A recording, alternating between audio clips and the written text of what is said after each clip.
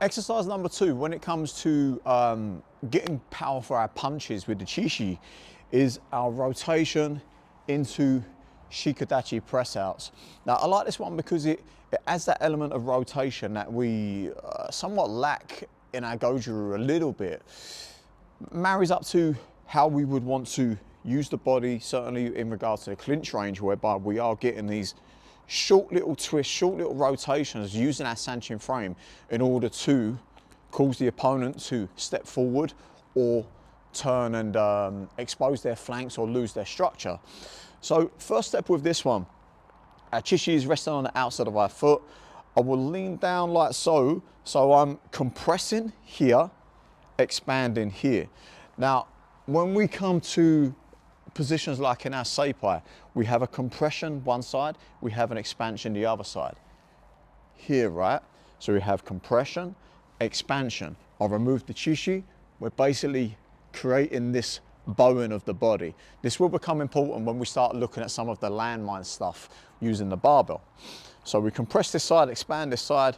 We get a nice opening of the ribs here, closing of the ribs here, nice stretch. Now from there, I push from my foot. I don't lift from my arm.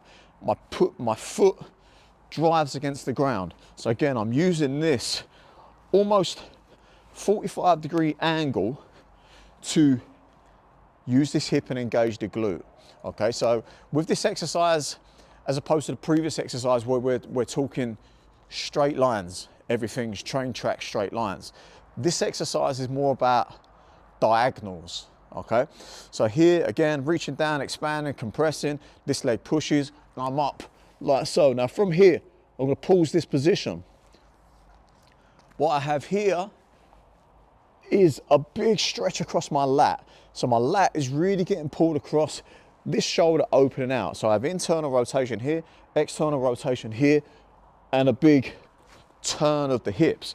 Now as I do this, 2 ways of doing it. I can either allow my foot to turn in order to get more rotation, or keep my foot still, and in doing so, using my glute and my hip to stop the movement.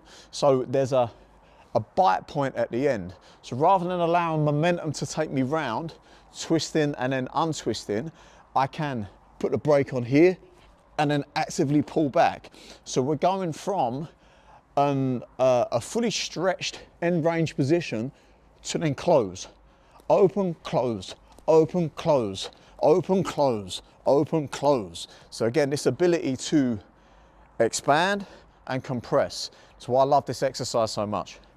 Okay, so one more time, I'm here, as I swing up, brakes on, and then pull down. So what we're looking for is this brakes and then an opposite motion the other way. If I do it with the foot rotating, what we have here, I lose that aspect of it. There's less elasticity because I'm using momentum. So if I turn this foot, momentum will naturally run out and then it will naturally return back. So in a sense, the weight is moving my body in that example. I want to move the weight. I don't want the weight to move me. Okay, so if we're talking about the carryover to clinch work again, I want to be putting him where I want him to go. I don't want to be kind of lazy and letting my body go loose and getting pulled about, okay? So again, I'm here as I swing up, brakes on, then pull down. I'm after that stretch, and then that close. I want to pull. Now, if we look at mechanics required for throwing, if I'm going Ippon Nagi, for example, and I'm trying to pull over, so I'm trying to throw someone over my shoulder, here, I want my body to be able to pull down as fast as possible, shoot back with the hip, drop the shoulder, drop the head. If I want to shoot in for a takedown, for example, as I come down here, I need the ability to be able to shrink the body as fast as I can. I can't be slow doing that because I'm going to get caught on the way in. Okay, so once I'm at the end position here, I'll get my strong pull down here. Then at the same time, my leg comes forward, right? Again, different ways of doing this. Some people like to here, and then the weight kind of pulls the leg forward, right? I don't like this option. I want I want my foot to chop down. I want my foot and my ribs closing to pull this into position. Much like I would be if I was using a sledgehammer on a tire. Boom, I wouldn't be necessarily letting the weight do everything. I want my body to do it. I want my body to do it. I compress my ribs and use that front leg. So from this end position here, pull, and then here. This brings me into this position. Chest up, hands across the body, and now we get into our thrusts. Now as we're thrusting, there is a rotation of the hands. This top hand essentially is doing our punch to san chin. It's doing our punch to san chin. That's all we're doing. Here, here, here, here. And this top hand is basically allowing that to happen, okay? So we might be looking at stuff like coming for an elbow pick underneath here to set up for our seipai arm bars. Different things you can think about with that uppermost turn palm. Seiyunchin, supalempe, where we're coming under basically to then pull out that way. This is something that the rear hand is training in this exercise. Top position, closing down here. As I push, two ways you can think about it. You can think about rear leg. I like to think about front leg. I'm already thinking about retraction before I've finished extension, right? And this is what I mean by thinking about front leg as opposed to rear leg. If I think about rear leg, push, my retraction is slow, because my body weight goes that way and then goes that way. My body weight goes that way. If I think about front leg, I'm in a sense pushing myself back a little bit, right? There's a reason for this.